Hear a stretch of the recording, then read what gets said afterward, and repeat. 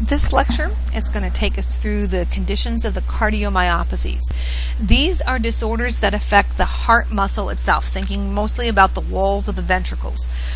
Up to this point, we've looked at myocardial infarctions, chronic ischemic heart disease. These are conditions that affected the blood flow through the right and left coronary artery, and therefore the nutrients in the blood that fed the cardiac muscle wall. But now we're looking directly at the cardiac muscle wall. So it's not a problem of blood flow to the heart, but rather a condition of the heart muscle itself. These cardiomyopathies can be classified as either primary or secondary. We've talked about primary and secondary diseases already before. For instance, way back with the thyroid disorder, where the problems with the heart itself, that's a primary, or secondary, something else's disease, some other condition exists, and then that affects the heart muscle. So we're going to start with primary. Primary cardiomyopathies can also be broken into genetic causes or non-genetic causes. And so and we're going to see some in which they're mixed, where there are some conditions in which in some cases it can be genetic, in other cases it can be caused by environmental factors, lifestyle factors. And then of course we have those that are secondary, and we also have some that are acquired, and I'll explain a little bit more about that when we get to that particular cardiomyopathy. But we're going to start with two of the genetic. These are genetic only, so these cannot occur due to lifestyle factors. They can only occur because of a genetic mutation that exists. So we start with hypertrophic cardiomyopathy. I'm hoping that term is real familiar to you, and you should be thinking back to Chapter 2. We talked about hypertrophy, the enlarging of cells. And remember, cardiac muscle cells do not divide, so we cannot make more. We cannot have hyperplasia of cardiac muscle cells. Instead, though, we have hypertrophy. Now, this is a pathologic condition. It is absolutely possible for the heart to enlarge, and we talked about that back in Chapter 2, where if the heart enlarges uniformly, for instance, in someone who's in very high athletic training, that heart muscle can enlarge and the heart can become more effective at pumping. That's not what we're talking about here. In this case, we have really an asymmetrical enlargement of the heart. Now, both the left and right side can be affected, although the left side is far more commonly affected. Hypertrophic cardiomyopathy is the most common cause of cardiac death in young people. You may have heard on news stories over the years of young athletes just playing a football game, just playing a basketball game, winning a championship. In fact, a few years ago, a young man had just won a championship and then collapsed and died moments after the game had ended, and it turned out he had hypertrophic cardiomyopathy. So it tends to present sometime in late childhood, early adulthood, although it can range much later. It really depends upon the lifestyle of the person, and it also depends upon the extent of the damage that's occurring. Taking a look at our picture here, you'll see we have a picture of a normal heart, and then we have one that has hypertrophic cardiomyopathy. Take a look at the left ventricle area, particularly the interventricular septum. And let me clarify something here right now. We often say, okay, let's look at the left ventricle. The left ventricle is enlarged. What we really mean is the left ventricular wall is enlarged. Look how thick that interventricular septum is and the whole wall of the left ventricle compared to the normal heart. But also note how the chamber itself that holds the blood is much smaller in the hypertrophic cardiomyopathy than it is in a normal heart. So we may say the left ventricle enlarged, we really mean the wall. The chamber actually got smaller. So be very careful with your terminology, because in a little bit we're going to see just the opposite that's occurring, and we'll say, well, the ventricle enlarged, but the wall actually got thinner. So watch the terminology, make sure what you're specifying. Don't just say the left ventricle got bigger. Say the left ventricular wall got bigger, or the left ventricular chamber got bigger. Watch your terminology there. It's really important that you keep that differentiated, because it affects how the heart's going to function. So, again, what we've got happening is a genetic condition in which the cells enlarge. That's really the case. Do all people who have hypertrophic cardiomyopathy have a wall this thick? Not necessarily, and some may be thicker. But either way, we do have a condition that starts to develop as it progresses, and that's taking a look right where we're at here. Here's that left ventricular wall. This is the aortic valve. Looking back over here at our regular heart, remember what has to happen. The blood from the left ventricle has to be pushed up through that aortic valve and then up the aorta and out to the body tissues. This thick wall actually blocks some of the opening to the aortic valve. So now when you have to pump the blood out, you're going to have a problem trying to get the blood through there, because you've not only got to push open a valve, but you've got to push part of the the interventricular septum, or that wall, out of the way. So this is going to have a profound effect on afterload. So I've listed a few of the manifestations here. With all of these heart conditions, I want you to be thinking about, well, how does this affect preload? How does it affect afterload? How does it affect stroke volume? How does it affect cardiac output? How does it affect contractility? Those are usually the big ones. I don't usually ask much about ejection fraction, although the book usually does mention that as well. I tend to focus on stroke volume, cardiac output. Ejection fraction is how much blood was in there in the beginning divided by how much blood went was left in there divided by how much blood was in there in the beginning, and that tells you how much was left, how much got out. So it's a percentage value. I don't spend much time with stroke volume. With ejection fraction. I prefer to just focus on stroke volume and cardiac output. So I want you to be aware of that term, but in terms of the questions I ask, I usually ask you to address preload, afterload, end diastolic volume, stroke volume, cardiac output, contractility. Those are the ones that I'm asking you to address with cardiac conditions, whether any of the cardiac conditions that we look at.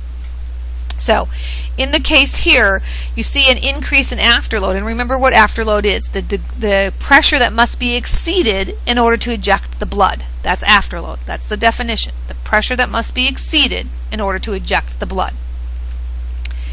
If you've got something in the way here, not only do I have to push open the valve and all the blood that's in there out of the way, I've got to push away this wall. That's an increase in afterload. Because the chamber is smaller, preload is going to drop. Remember, preload is based upon end diastolic volume, how much blood is coming in, so that's also going to drop because there's going to be less volume in there. It's also, preload is linked to Starling's law of the heart. The greater the degree of stretch, the greater the force of contraction. And preload is that stretch that occurs because of the volume of blood coming in there. So we can't stretch and we can't fill if we don't have a lot of room. So preload's going to decrease here.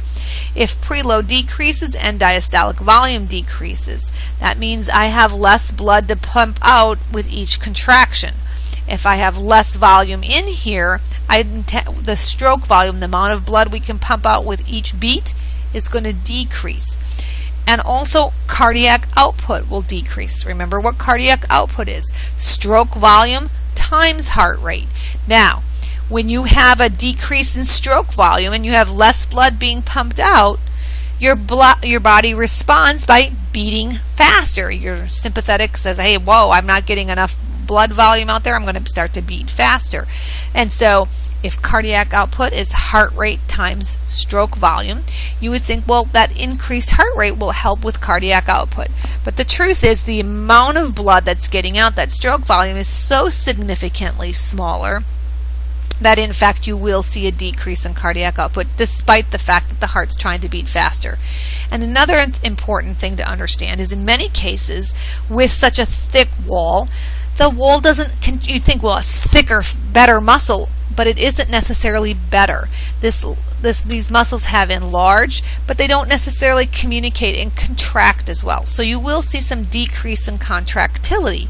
So even though the heart may attempt to beat faster from increased sympathetic stimulation, trying to say, hey, come on, beat faster, I need more blood out there, if the heart doesn't contract effectively and is as strong a unit, that contractility has decreased. That also contributes to why, even with a faster heart rate, cardiac output will still be low. So all of these here, stroke volume, cardiac output drop, preload drops, and diastolic volume drops, but afterload increases. Okay? Then we have our second cardiomyopathy that's genetic. It's arrhythmogenic right ventricular cardiomyopathy / dysplasia. I prefer to refer to it as ARVC/D. Note the word dysplasia. That should ring a bell with you and say, hey, wait a minute, I heard that too in Chapter 2, or that also in Chapter 2. Dysplasia, you'll recall, is where cells start being replaced by other non-functional cells. They don't look anything like their original cell. And that is actually what's happening here. Now, our dysplasia in Chapter 2 was really a precursor to cancer. That's not the case, however, here. This is pure dysplasia. We do not see the cells developing into cancer. We do have such a thing as cancer of the heart, and we'll talk about it in a minute, but that's not the condition that's going on here. In this case, what we have happening is that the cardiac muscle cells are actually being replaced with fatty or fibrofatty tissue. Now, in some instances, the fibrofatty tissue forms between the cardiac muscle cells, but in many cases, and in most cases, what really is happening is the cells are actually being replaced. So there's a change in the actual structure and nature of the cardiac cells, or the myocytes themselves. In some areas, there might be a little fatty tissue forming in between. But either way, I want you to think about how that must work. If cells, think of how cardiac muscle cells work. They had gap junctions at the desmosomes so that the action potentials could travel through each cardiac muscle cell as a unit, so that the whole muscle contracted uniformly together to make a full, firm contraction. Without the gap junction connections, that wouldn't occur. If you start to have fibrofatty cells forming either in between or within the cells themselves, that connection's lost. Fibrofatty cells don't have gap junctions. They can't communicate. They're not they're not capable of carrying electrical current or contracting. And so now that heart cannot contract as a unit. So you definitely are going to see some issues with heart palpitations. There'll be dysrhythmias that occur because remember, your conduction system, SA node through the internodal pathway through the atria to the AV node, atria contracting at that point as the AV node is being stimulated, and then you travel down that bundle of His, left and right bundle branches, and Purkinje fibers. That message, as it goes from that AV node and heads into the ventricles, that message isn't going to even be effectively transmitted. Some of the cells will get the message, some will not, and the heart will not, the ventricles will not contract fully as a unit. Now, this disease says it's by name is right ventricular cardiomyopathy. It's a bit of a fallacy. It may begin at the right side, and so it may affect over here on this side of the heart, but it definitely has, research has shown that it can begin on the left and not just the right. In fact, there's a push to change the name to just arrhythmogenic ventricular cardiomyopathy and get rid of the right, because although it may start there, it doesn't have to, and it can progress through the heart as well.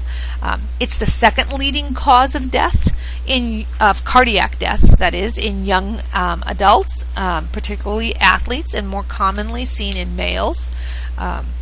It is a condition that once it starts, it doesn't seem to stop. It will progressively get worse. Manifestations are very similar to hypertrophic cardiomyopathy, with one exception. We don't have that problem of increased afterload. In this case, we do not see necessarily a thickening of the wall. You will have a complete loss of contractility as the disease progresses, so contractility keeps getting worse and worse.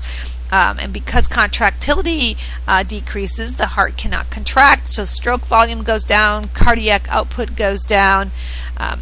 The end diastolic and volume and preload are minimally affected, maybe a little less. There's some thickening of the wall. It's nowhere near as severe as what we see with hypertrophic. So you definitely don't see a chamber this small, but it may be a little bit smaller. You definitely lose that degree of stretch. Again, that contractility issue, so therefore preload is minimally affected. Afterload is truly unaffected because you're not having anything blocking the view. You can still get the blood out. It's just that you can't contract well. So cardiac output down, stroke volume down, end diastolic volume down, contractility reduced. preload minimally reduced, and afterload really unaffected. So that's our first two conditions in the primary. Then we have dilated cardiomyopathy. This can be both genetic or non-genetic, so it's mixed. And it can be that a person has a genetic and also has lifestyle factors that can cause it, but you don't have to have the genetic component at all. This condition can develop without any genetic linkage whatsoever. It's commonly linked to those who suffer from alcoholism. This, in fact, is one of the most profound cardiac effects for alcoholics is the development of dilated cardiomyopathy. It can occur in viral myocarditis, which we'll talk about in a moment. Chemotherapies, those who are under cancer treatments, certain drugs that affect the heart tend to cause this to happen. And then, of course, it can have a genetic link as well. Look at what we've got here in this picture, though. You see in this case that the wall of the left ventricle in particular, it can be both sides, but in our picture it's the left ventricle, is very thin. It got flabby. It's lost its contractility. It's a real significant problem. But you'll notice what's happening here with preload and diastolic volume. The amount of blood coming in here is really very large, but the wall is weak and thin and cannot contract well, so it cannot eject the blood well. So you'll see stroke volume and cardiac output both dropping dramatically. You will also see, in this case, blood tends to pool down here in that left ventricle because it can't get pumped out. As it pools, it starts to clot and thrombi form. Those thrombi can then eventually work their way in, because it's not that the heart has necessarily stopped altogether. This takes a while to develop, and so as the wall gets thinner and thinner, particularly if you're undergoing chemo, if you're an alcoholic, it develops over years, and then thrombi start to form, and then they can get pumped out. And remember where the blood flows. So this one here is our brachiocephalic trunk. That's going to go over to the right side, but it's practically a straight line up to go up the left common carotid, which will lead up to the brain. At that point, you've got an issue of a blood clot that goes up to the brain and can lead to stroke. So that's a huge concern. It can also go out to the left side of the body, and this will go off the left subclavian and out through the arm. But our biggest risk factor would be those that would be heading up towards the brain. So those with dilated cardiomyopathy are at much greater risk for developing strokes. In addition to these manifestations, you'll also see shortness of breath, weakness, fatigue. You're not delivering very much oxygenated blood, and the blood is going to start to back up. This is definitely going to lead to heart failure. Usually we haven't talked about heart failure yet, but there's left-sided, right-sided. It's definitely a left side failure. It often leads to right-sided as well. The heart's simply not going to pump effectively, and now you're going to have blood starting to back up into the left atrium and then into the pulmonary veins and back into the lungs. So you're going to impede gas exchange. So you're going to have two issues going on in terms of your meeting demands of your body. You're not going to send out oxygenated blood. So you're going to start to have a problem with lack of oxygenated blood, means anaerobic respiration, lactic acid buildup, and suddenly you're in metabolic acidosis. And if it's backing up into the lungs, then you're not going to make your gas exchange, and before you know it, you have respiratory acidosis developing because your carbon dioxide levels are going to increase. So that's left-sided heart failure, really. But that's going to be a very common manifestation of dilated cardiomyopathy. There are dysrhythmias, arrhythmias that form, and again, we already mentioned the blood clot issue is a big concern. So that's your genetic your mixed dilated cardiomyopathy. Then you have what we refer to as primary restrictive cardiomyopathy. This one's pretty rare in the U.S. Primary restrictive cardiomyopathy is most commonly associated with cancer of the heart. In this case, what you have is what we refer to as myocardial infiltration. Things start forming within cardiac muscle cells, cancer cells, for instance. You can also have fibrotic cells forming in there. It's common in a condition known as amyloidosis. Amyloidosis is a deposit of insoluble proteins in the extracellular space that can interfere with the functioning of the muscle. Those are pretty uncommon. Sarcoidosis is another problem. It's fibrous tissues forming in between the cardiac muscle cells. Your book doesn't say a whole lot about primary restrictive cardiomyopathy because, again, it's pretty uncommon, especially in the U.S. There are some chemical toxins, radiation that can actually cause some damage to the heart. This can actually occur also with radiation treatments for cancers. If you have lung cancer, you've got to be very careful with radiation treatments affecting the heart. Just as a note, the ARVC/D that we just talked about a moment ago, before we understood it and its genetic link, used to be classified under the primary restrictive cardiomyopathy because of that fibrofatty tissues that was forming in there. It was an infiltration of cardiac muscle cells. So before we recognized it as what it truly is, it was really just one of the primary restrictive cardiomyopathies, no known cause. The genetic linkage now pulls it out separate.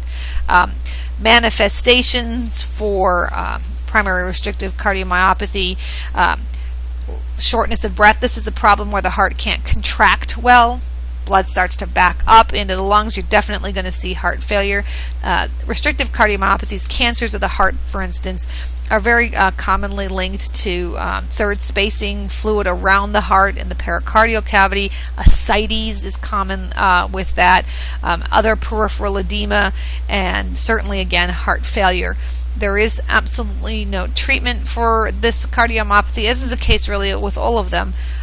They require heart transplant. The heart cannot heal itself once these conditions develop, and particularly with primary restrictive cardiomyopathy.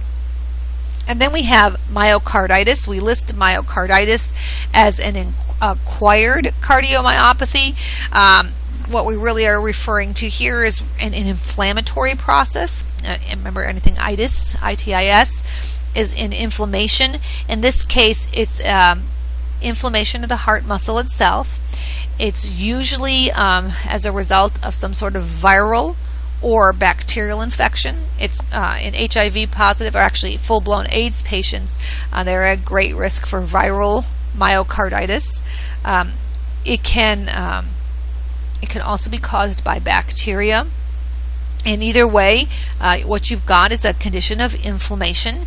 And if you recall inflammation, what some of the things that are associated with that, you have exudate forming. So now you have these exudate that's forming within the myocardium itself, the muscle cells itself.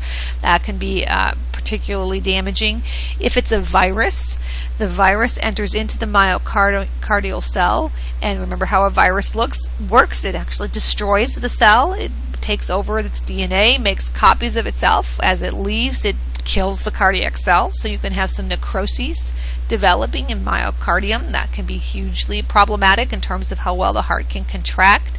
And remember the cardinal signs of inflammation: heat, swelling, and so forth. But one of the fifth possible sign, there were 4 primary signs. The 5th one was loss of function, and so that loss of function in the heart is particularly problematic. So that can occur, but it's also worth noting that the manifestations for myocarditis vary dramatically, and so in some cases a person may have little to no effect. In other cases, they may have a full-blown systemic reaction to the inflammation: fever with chills, that nausea, muscle pain, angina or heart pain can occur. You can see some indication of what's happening if you look on EKGs. It can actually present with some changes to the ST segment and the T waves, and so that tends to be more notable as the body position changes, which is not the case with the myocardial infarction. Doesn't matter what position you're in. If the heart muscle's dying, it's dying. But whenever body position changes and changes the pain, the testing on EKGs, that leads to something other than an MI. So again, it can vary in its manifestations, and it is also again can have little to no manifestations, and it can lead to heart failure that comes on really very suddenly. Myocarditis is an infection, an inflammation caused by something, so that bacteria, that virus, can grow rapidly and result in a very rapid onset of heart failure. Normally, heart failure takes a long time, months, years to develop, but with myocarditis, it can happen in 24 hours. All of a sudden, the heart is failing. Again, a relatively rare condition. And then finally, we have the secondary cardiomyopathies, heart muscle disease due to another or different or multi-system disorder. And I list here the chart from your book of the kinds of conditions that can cause secondary cardiomyopathies. I don't list them here for you to memorize or get wrapped up in all of them. I just really have it here to point out that in secondary cardiomyopathies, something else is causing it. It's not just an infection, that's a myocarditis. This is other actual diagnosed conditions, many of which I hope are familiar to you. We've talked about a number of these things already in this course. We mentioned maybe just a little bit on lupus and rheumatoid arthritis in terms of autoimmune disorders, not too much. But we will talk about diabetes mellitus, certainly for the final part of this course. But we've done hypo and hyperthyroidism. We didn't talk specifically about hyperparathyroidism. We certainly talked about what happens if you have too much or too little PTH. So if you have an overproduction of PTH, this can lead to cardiomyopathy. We've done glycogen storage disease. I just now mentioned the amyloidosis and sarcoidosis. So not too much new. That's new. We will be talking about muscular dystrophy towards the end of this course with a lesson that you have to do. But neurofibromatosis was one of those autosomal dominant diseases we talked about in the beginning. We've talked about effects of alcohol on the body back in chapter 2, and we talked about cancers and chemotherapeutic agents just now, but we've talked about cancer neoplasias already. And then the catecholamines, that's really back to AMP2, remember, with epinephrine and norepinephrine, particularly the epi coming from the adrenal medulla. This tends to be linked to overproduction, usually tumor cells of some kind, causing excess of sympathetic stimulation, can lead to secondary cardiomyopathies. Again, I don't need for you to have these memorized. I just want you to be familiar with the idea of what we mean by a secondary cardiomyopathy and recognize that many conditions, this is by no means, and it even says on the bottom, it's not inclusive. There's many things that can lead to have this effect on the heart muscle wall. That takes us to the end of the cardiomyopathies.